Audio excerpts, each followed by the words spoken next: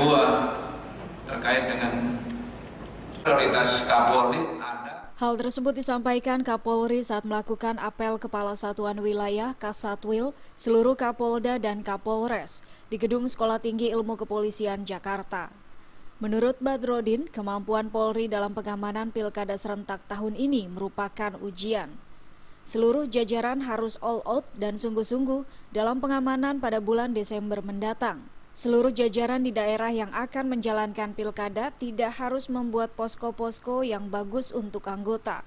Selain itu, Kapolri juga menghimbau kepada seluruh jajarannya untuk mewaspadai ancaman-ancaman yang dimungkinkan muncul di setiap tahapan pilkada, terutama di wilayah-wilayah tertentu seperti Ambon, Poso, Papua, dan Nias.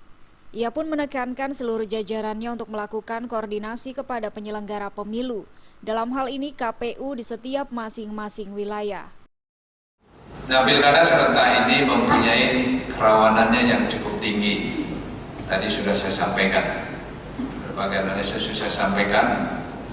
Nah, saya minta kita melakukan antisipasi. Waktunya tinggal 120 hari lagi. Waktu ini tidak lama. Kita berbagai event-event nanti 17 Agustus terus ada kegiatan terus. Tidak terasa 120 hari 4 bulan ini tentu waktu yang jangan dianggap waktu yang lama. Karena itu persiapan harus matang. Dari Jakarta, Hendri Fajaryadi melaporkan.